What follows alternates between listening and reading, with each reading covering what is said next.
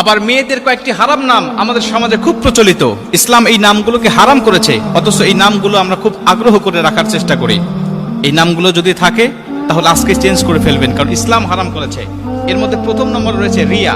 রিয়া মানে হলো লোক দেখানো। এই রিয়া যদি কোনো মানুষের ইবাদতের মধ্যে থাকে, ওটা ইবাদতই নষ্ট হয়ে যায়।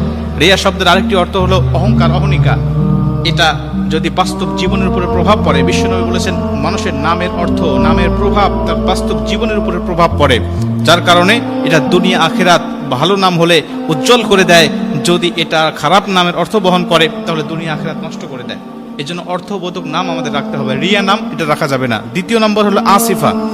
আসিফা নামের অর্থ হলো সে আফসোসকারী নারী। আফসোসকারী নারী বা হতাশাময় নারী। আফসোসকারী এই অর্থ যদি তার বাস্তব জীবনের উপর প্রভাব পড়ে, সারা জীবন তার আফসোস করতে যাবে, হতাশাময় জীবন তার কাটবে। এজন্য আসিফা নামটা এটা রাখা যাবে না। 3 নম্বর যে নামটি রয়েছে সেটা হলো মাংতাসা। এটা বর্তমান সময়ে খুব জনপ্রিয় একটি নাম, মানুষেরা খুব আগ্রহ করে রাখে।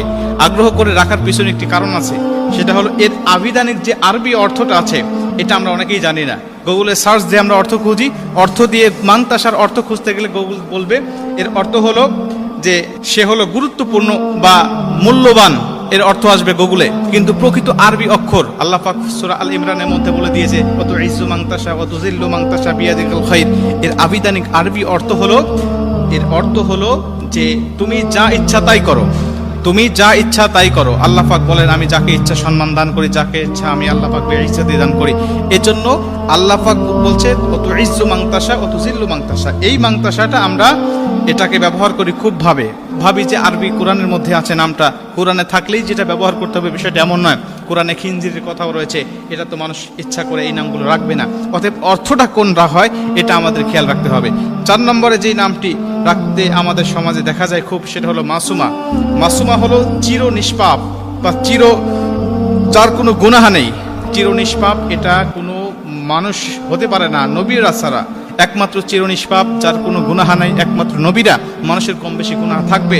অতএব এই নামের অর্থের দিক বিবেচনা করে উলামা একরামগণ, মুফাসসির, মুহাদ্দিসগণ বলেন যে এই নামটিও রাখা যাবে না। 5 নম্বরে যেই নামটি সেটা হলো মারিদা বা মারিদা।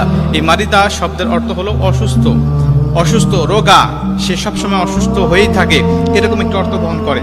অতএব এর অর্থের প্রভাবটাও যদি মানুষের জীবনের উপরে পড়ে তাহলে সে সবসময় অসুস্থ হওয়ার সম্ভাবনাই বেশি থাকবে। নবীজি বলছে নামের অর্থ এর প্রভাব মানুষের উপরে পড়ে।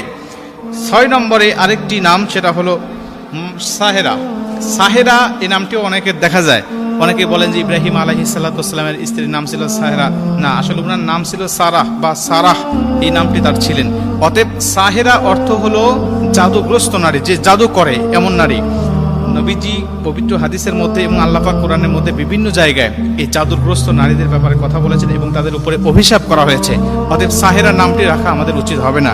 এবং 7 নম্বর সেটা হলো আসিয়া। আসিয়া আর আসিয়া দুইটা নামের মধ্যে পার্থক্য আছে, একটা হলো হামজা দিয়ে, একটা আইন দিয়ে। আসিয়া শব্দের অর্থ হলো শান্তি স্থাপনাকারী নারী। সেটা হলো ফিরাউনের স্ত্রীর নাম আমরা জানি, একজন মহিষী নারী ছিলেন। এই নামটি রাখা যাবে, কোনো সমস্যা নেই। কিন্তু আসিয়া আইন দিয়ে যদি কেউ রাখতে চায় এর অর্থটা নাফরমান, নাফরমান বা অস্বীকারী। অতএব এই আসিয়া এই নামটি রাখা যাবে না। আসিয়া হামজা দিয়ে আপনি বললে কোনো সমস্যা হবে না, কিন্তু আইন দিয়ে বলা যাবে না। এই নামগুলো যদি কারোর মধ্যে থাকে এগুলো চেঞ্জ করে নিতে হবে।